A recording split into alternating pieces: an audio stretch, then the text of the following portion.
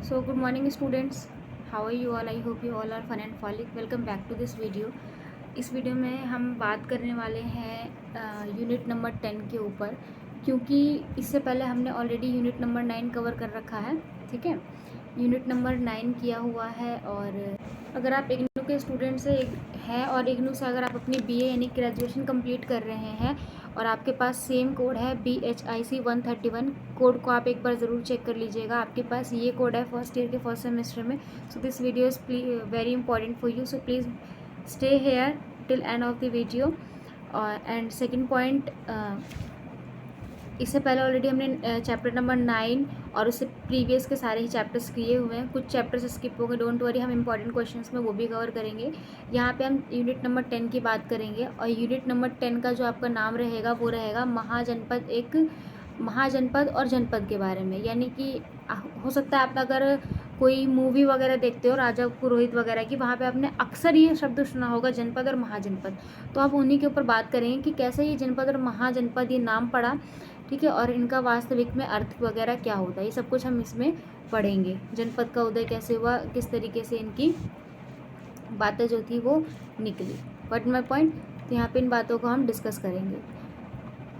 पर स्टार्ट करने से पहले मैं आपको एक चीज़ बता दूँ, आप हमारे टेलीग्राम ग्रुप पर ज़रूर ज्वाइन कर लीजिएगा। टेलीग्राम और व्हाट्सएप ग्रुप ज़रूर ज्वाइन कर लीजिएगा, जिसके पीछे का कारण ये है ताकि आपको मिलने वाली सारी ही अपडेट ऑन टाइम मिले, सारी अपडेट्स। और अगर आपके पास कोई कन्फ्यूजन वगैरह है तो आप हमसे वहाँ पूछ सकते हो। लिंक आपको डिस्क्रिप्शन में मिल जाएगा, अदरवाइज़ वीडियो के एंड में भी मिलेगा। लिंक आपको डिस्क्रिप्शन में मिल जाएगा और यूट्यूब का भी लिंक, और यूट्यूब का कह रही हूँ व्हाट्सअप का और टेलीग्राम दोनों का ही लिंक आपको डिस्क्रिप्शन में है। तो आप जा करके ज़रूर ज्वाइन करो और वहाँ पर कोई भी अगर डाउट हो तो आप हमसे शेयर करके उस डाउट को क्लियर ज़रूर कर सकते हैं। बहुत ज़्यादा टाइम नहीं है अब आपके पास, मुश्किल से 1 मंथ अप्रॉक्स बचा हुआ है आपके एग्ज़ाम शुरू होने में। So please be focus, okay. थोड़ी सी कंसिस्टेंसी के साथ थोड़ा सा पढ़ना शुरू कर दो। At least give 1 hour particularly every day, right. So now let's start the video.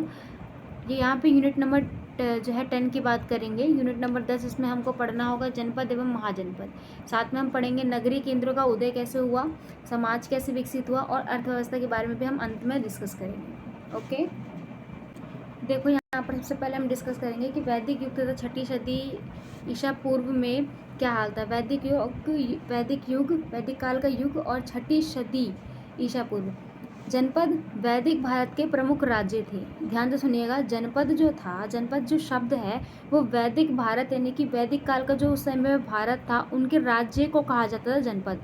जैसे आज के समय पे भारत है, एक देश कैसे बनता है, ध्यान से सुनिएगा इस चीज़ को, दोबारा कन्फ्यूज़न कभी नहीं होगा अगर आप ध्यान से सुनोगे तो। एक देश कैसे बनता है, तो एक देश बनता है राज्यों से मिल कर के, यानी कि राज्य से बड़ा कौन हुआ, देश हुआ।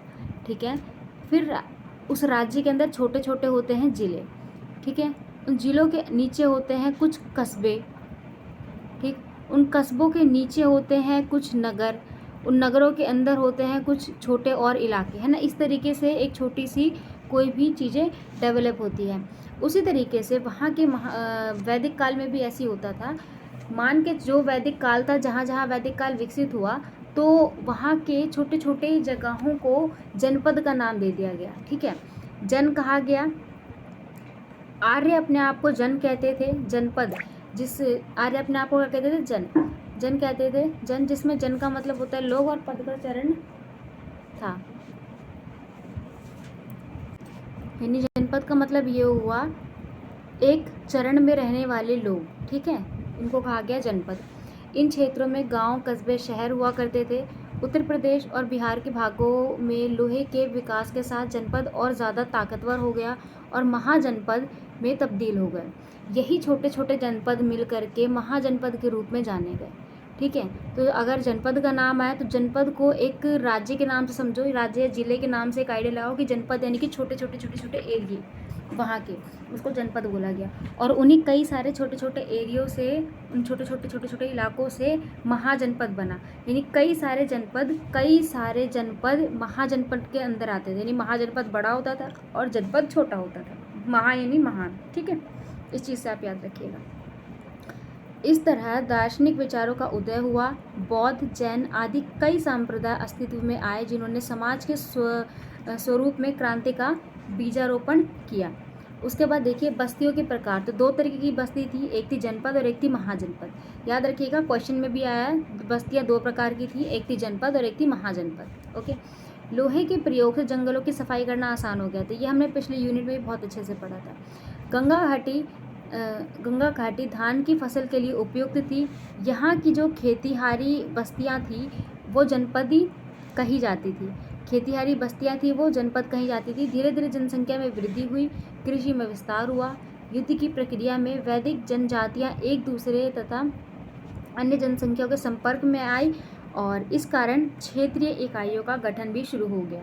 तो ये बात यहाँ पे क्लियर साफ हुई है कि किस तरीके से क्षेत्रीय इकाइयाँ बढ़ी, कृषि का विस्तार हुआ, जनसंख्या बढ़ी तो लोग आपस में जुटना शुरू हो गए और इसी कारण से वहाँ के क्षेत्रों में विस्तार बढ़े। फिर इस तरीके कई सारे इलाके बने, वो इलाके महाजनपद में तब्दील हो गए, कन्वर्ट हो गए। Clear point.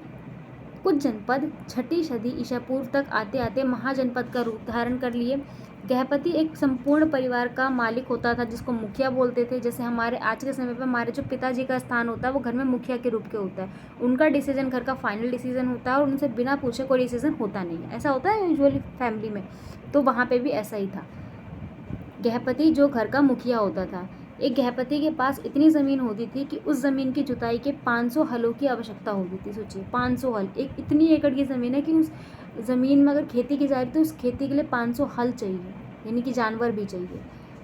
बौद्ध ग्रंथों में व्यापारियों के लिए सेठी शब्द का प्रयोग हुआ है। राजा, पिता, तुल्य समझा जाता था। राजा को कौन सा दर्जा दिया गया है, वहाँ पे पिता के समान माना जाता था राज्य को। उसके पास जो उगाई करने के लिए सेना होती थी, सेना नहीं थी। ठीक है,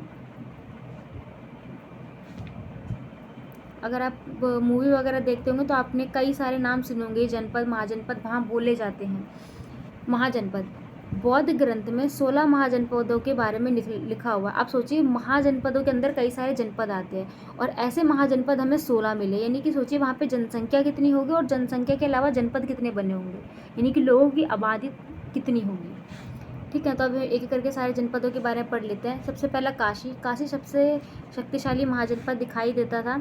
यह आज का वाराणसी क्षेत्र है, जहाँ पे आज का वाराणसी यानी कि यूपी उत्तर प्रदेश साइड में, तो उस समय का काशी था। यह सूती कपड़ों और घोड़ों के बाजार के लिए प्रसिद्ध था। यहीं बुद्ध ने अपना पहला उपदेश भी दिया था। दूसरा महाजनपद कौशल। इसका उदय छोटी छोटी इकाइयों और वंशों के सामंजस्य में हुआ। इनकी राजधानी जो थी वो स्त्रावती थी। तीसरा है अंग। इसमें बिहार के मुंगेर और भागलपुर ज़िले शामिल है। ये मैंने आज का लिखा हुआ ताकि आपको याद रखने में सहायता मिले।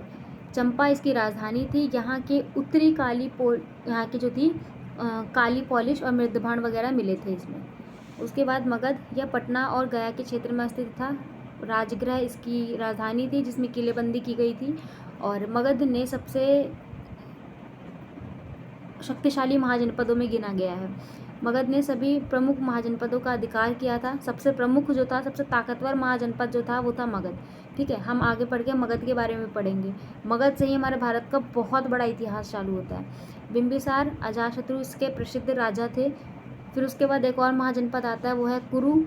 यह दिल्ली और मेरठ के आसपास के क्षेत्रों तक विकसित था। यह भारत की महाकथा में भी शामिल है। कुरुक्षेत्र सुना होगा, यहीं पर युद्ध हुआ था। फिर है पांचाल, यही महाभारत के से संबंधित था। ठीक है, इन सबका उल्लेख हमारे महाभारत की कथा में हुआ है। आज के बुंदेलखंड यहाँ पर है। फिर उसके बाद एक और महाजनपद है मत्स्य। यह आधुनिक भरतपुर, जयपुर और अलवर क्षेत्रों में स्थित था। मगध ने इसे अपने साम्राज्य में मिलाया था। फिर था गंधार। यह काबुल और रावड़ी पिंडी के मध्य का क्षेत्र था। इसकी राजधानी तक्षशिला थी। ठीक है, फिर है अवंतिका। यह मध्य प्रदेश के उज्जैन और नर्मदा तक फैला हुआ है। वत्स्य, इसकी राजधानी कौशाम्बी थी और इसका इलाहाबाद के आसपास के क्षेत्र पर था। एक है महाजनपद अस्मक और ये पैठान के निकट है। ठीक है, विज्जी और इसी तरीके से मल्ल, चेंदी और सुरसेन और कम्बोज, ये सब सारी महाजनपद थे। अब हम पढ़ते हैं नगर और कस्बों के बारे में। जब हम बात करते हैं नगर और कस्बों के बारे में, तब वहाँ के नगरों की छवि और कस्बे यानी कि छोटे छोटे इलाकों की छवि आती थी। कस्बों का मतलब है लोकल लोगों का समूह, रहते हैं जहाँ पर वो।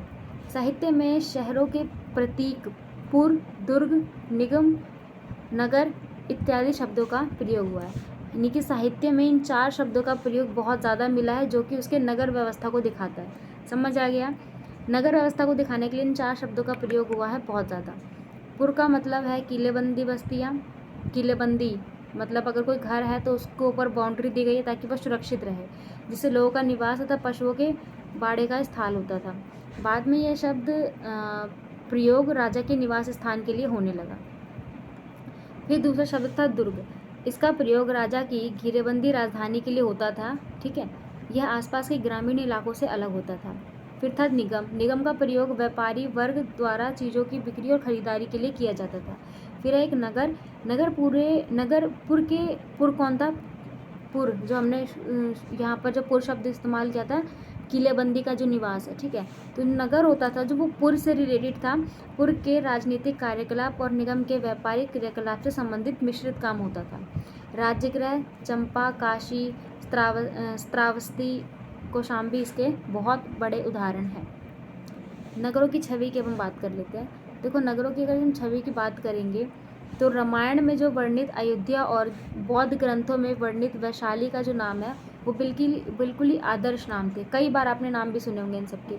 नगरों का विकास नदी तटों के लंबे किनारों व लंबे व्यापारिक मार्गों के संगम स्थल पर हुआ था। विनिमय की वस्तुओं का प्रयोग कैसे करते थे वहाँ के लोग? उपभोग वस्तुओं की बिक्री बड़े स्तर पर होती थी। विभिन्न धातुओं के उपकरण, गंधार के ऊनी कपड़े, घोड़ों की बिक्री होती थी। विभिन्न प्रकार के व्यापारी होते थे। चांदी के सिक्कों का अधिकतम मूल्य होता था। उस समय पे चांदी के सिक्के भी डेवलप हो गए थे, वो लोग इस्तेमाल करते थे।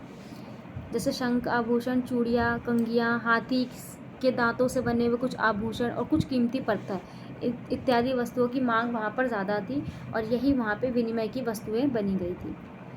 स्त्रियों की दशा की अगर मैं बात करूँ तो संपत्ति पर पुत्र का अधिकार होता था, हमने पहले भी पढ़ा। दास की तरह रहने वाली स्त्रियों को आदर्श पत्नी कहा जाता था। यह बात मुख्य रूप से धनी लोगों की पत्नियों पर लागू होती थी। मतलब जो जैसे कोई दास वगैरह होते थे वो अपनी पत्नियों को घर में ही रखते थे। और ठीक है, घर में रहने के लिए उनको आदर्श पत्नी इसलिए बोला जाता है क्योंकि वो घर में रहती थी और उनको गृहिणी का नाम दिया गया था। गृहिणी यानी जो घर वगैरह संभालती है, जो आज के समय पे भी है। और यही कारण था कि धीरे धीरे करके महिलाओं को वैल्यू नहीं दी जा रही थी, समाज में उनकी इज्जत बिल्कुल ख़त्म हो रही थी। अब हम पढ़ते हैं अर्थव्यवस्था के बारे में। अर्थव्यवस्था क्या है? लोहे के प्रयोग ने जंगलों को साफ करने में सहायता की और आपको पता है कि लोहे का प्रयोग हुआ, लोहे के प्रयोग ने जंगलों को साफ किया, जंगलों को साफ किया तो वहाँ खेती हुई, खेती से उपजाऊ हुआ, फिर अर्थव्यवस्था विकसित हुई। यह धान, गेहूँ, जौ तथा बाजरे की खेती वगैरह होती थी। रुपाई के कारण उत्पादन में वृद्धि हुई। अर्थव्यवस्था की कमी को पूरा करने के लिए पशुपालन और शिकार किया जाने लगा। क्लियर है ये पॉइंट? यहाँ से ये चीज़ दिख गई। व्यापार में मलमल, सिल्क, हथियार, सुगंधित द्रव्य, हाथी के दांत, जेवरात अनेक वस्तुएं शामिल थी जिनका व्यापार होता था। ये वो वस्तुएं थी जो मूलभूत थी, हमारी रोज़मर्रा की चीज़ों में काम आती थी, वो वस्तुएं थी। व्यापार के लिए सिक्कों का भी प्रचलन वहाँ पर था, यानी कि मुद्रा वहाँ पर चालू हो गई थी। तो ये था आपका यूनिट नंबर 10। होप सो कि आपको ये यूनिट नंबर 10 आपको अच्छे से समझ आया होगा। बाकी मिलते हैं नेक्स्ट वीडियो में यूनिट नंबर 11 के साथ। जाते आते वीडियो को लाइक, चैनल को सब्सक्राइब ज़रूर करके जाइएगा। डैम श्योर कि आप अपने अभी तक टेलीग्राम ग्रुप ज़रूर ज्वाइन कर लिया होगा। एग्ज़ाम से पहले हम आप लोगों की प्रिपरेशन इतनी बेहतर करवाएंगे कि अगर आप लोगों ने अभी तक कोई सिलेबस भी नहीं पढ़ा है तो आप अपने से वीडियोज़ के थ्रू अपने चैप्टर्स को बहुत अच्छे से कवर कर सकते हो।